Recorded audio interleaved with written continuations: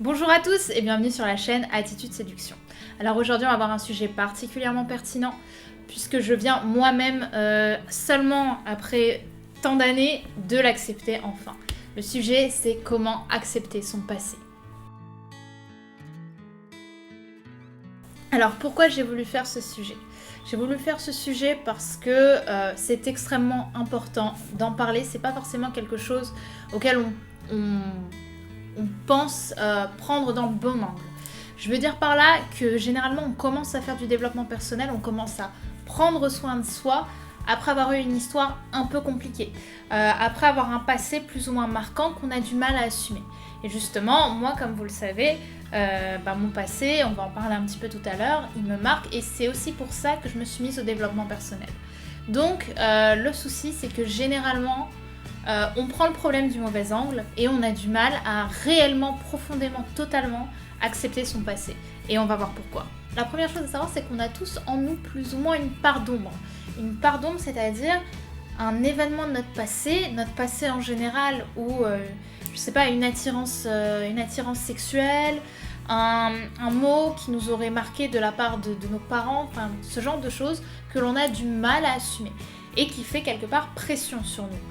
Cette part d'ombre, on a tendance à se dévaluer par rapport à elle et on a surtout tendance à vouloir la dissocier de notre présent. C'est quelque chose qui est passé, on est au-dessus aujourd'hui si je puis dire, mais on veut vraiment la mettre à part. Par exemple, moi, ma part d'ombre, je l'assume totalement aujourd'hui, c'est vraiment mon passé social. Le fait d'avoir été traitée de moche, grosse et d'avoir été plus ou moins frappée, comme vous le savez, ça m'a marqué. Avoir subi du harcèlement scolaire, ça marque, ça fait mal. Et il y a eu pendant très longtemps une part de moi qui refusait en fait de voir ça. Qui refusait de se dire que cette fille-là, c'était encore moi aujourd'hui. C'est ma part d'ombre, je sais que d'une certaine façon, elle m'a fait souffrir pendant longtemps. Aujourd'hui, j'ai réussi à l'accepter et je vais vous expliquer en quoi c'est très important de l'accepter pour avoir un très bon rapport envers soi-même. Donc le souci justement, c'est qu'en fait, on ne peut pas dire à 200% que notre part d'ombre est à 200% derrière nous, puisque la personne que l'on est aujourd'hui est directement issue du passé que l'on a, mais surtout, au-delà de tout ça, elle fait partie de notre présent. Le passé fait forcément partie de notre présent puisque notre identité se décline aussi de notre passé. Et c'est ça en fait que beaucoup d'entre nous ont du mal à assumer. Là où je veux en venir, c'est que quand vous dévaluez votre passé, vous dévaluez votre vous du passé, vous dévaluez votre vous du présent, consciemment ou inconsciemment. Vous allez vous saboter. Vous allez vous saboter votre passé et donc, comme je l'explique, du fait que l'on soit directement issu de notre passé, vous dévaluez votre présent et la personne que vous êtes aujourd'hui. Ce qui n'est évidemment pas bon. Moi par exemple, chaque fois que je disais que la fille d'avant, elle était profondément bête, qu'elle était naïve, et quelque part je lui en voulais profondément de pas avoir agi, de pas s'être dit stop, vous arrêtez de me faire du mal, de pas être allé au-delà de tout ça, de m'être laissé faire par rapport à ces brimades, je lui en voulais énormément. Alors qu'aujourd'hui, j'arrive à vivre ça de façon à 99% sereine. Et justement, sans le savoir, alors que j'avais déjà accompli beaucoup de choses, je dévaluais quand même mon présent. Alors que je pensais avoir confiance en moi, on va dire dans vraiment une bienveillance et un bon rapport avec moi-même, j'avais une partie de moi que je n'assumais pas. Cette partie de moi, c'était mon passé, mais mon passé est directement, comme on le dit depuis le début, incident sur notre présent. Donc quelque part, je dévaluais mon présent et je me sabotais. Et ça, c'était pas bon. C'est pourquoi beaucoup d'entre nous, d'entre vous surtout, ont une partie de leur passé qu'elles n'assument pas, qu'elles disent que c'était la personne d'avant. Le problème, c'est que cette personne d'avant, elle est encore là. Et c'est pour ça qu'il faut l'accepter. C'est pourquoi j'ai arrêté d'utiliser la phrase « faire le deuil de son passé ». Parce que votre passé est toujours vivant à travers votre présent. Il faut l'accepter, vous n'avez pas d'autre choix que de l'accepter, de l'aimer, de plus ou moins essayer de le contempler sous des angles différents. Parce que le but, c'est pas de dire « ok, ça s'est passé, j'assume que ça s'est passé, mais voilà, maintenant je suis plus cette personne ». Non, c'est pas possible. Parce que c'est ce que je disais, et je peux vous dire que je me dévalue au quotidien. Accepter son passé, ça va dire, ok, c'est arrivé, j'en ai terriblement souffert. Mais voilà, aujourd'hui je n'ai pas d'autre choix que d'aimer ce qui est arrivé. Parce que sinon je n'arriverai pas à aimer qui je suis. C'est ça que je veux dire. L'autre point qu'on va voir ensemble, c'est comment finalement interpréter son passé. Parce que c'est bien joli de dire qu'il faut aimer son passé, mais si, comme moi, on a eu des choses qui nous ont marquées, c'est très dur et c'est presque un peu provoquant de dire mais aimez votre passé. Aimez le fait de vous être fait emmerder pendant 16 ans, pendant 18 ans, allez-y, hein, putain, kiffez, hein, c'était génial. Non, évidemment, ça marche pas comme ça. En fait, il faut vous dire que vous avez le droit, avant tout, de voir le passé autrement que de la façon dont vous l'avez vécu à l'époque.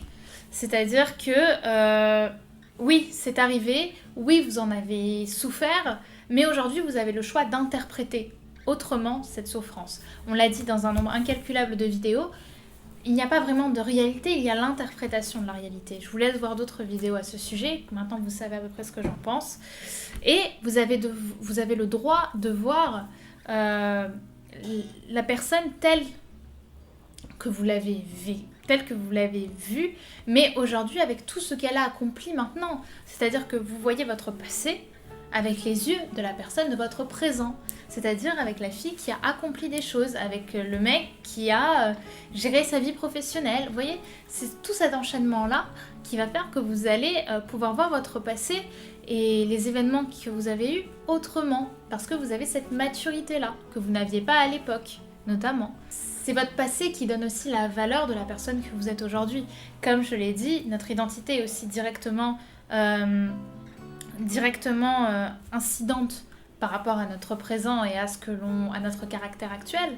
Et je sais très bien que si j'avais pas été humiliée autant que je l'ai été, je n'aurais pas la valeur de la confiance en soi que j'ai aujourd'hui. Et donc l'amour que j'ai envers moi-même et envers les autres, il aurait pas été tel qu'il est si j'étais pas passée par là. Parce que sinon, sans tout ça, je ne serais pas Brenda, je ne serais pas là devant vous à vous parler. Et aujourd'hui, je serais peut-être mieux, je serais peut-être pire, j'en sais rien. Mais en tout cas, je ne serais pas telle que je suis. Et telle que je suis, je m'aime déjà beaucoup. Et c'est beau. Et je ne souhaite à tout le monde de s'aimer autant que j'ai un rapport bienveillant envers moi-même. Vous voyez ?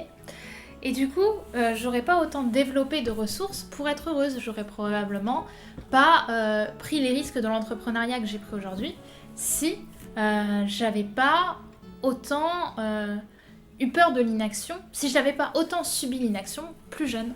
Vous voyez ? Du coup, je ne dirais pas que mon passé est ma force, parce que ma force, je la trouve dans le présent, et je la trouve dans tout ce qui m'entoure, et dans tout ce que les gens peuvent m'inspirer, tout ce que les gens peuvent me donner. En revanche, la valeur de ma progression en termes de confiance en moi est directement issue de tout ce que j'ai vécu auparavant. Donc si vous voulez, j'ai passé un temps énorme à renier mon passé.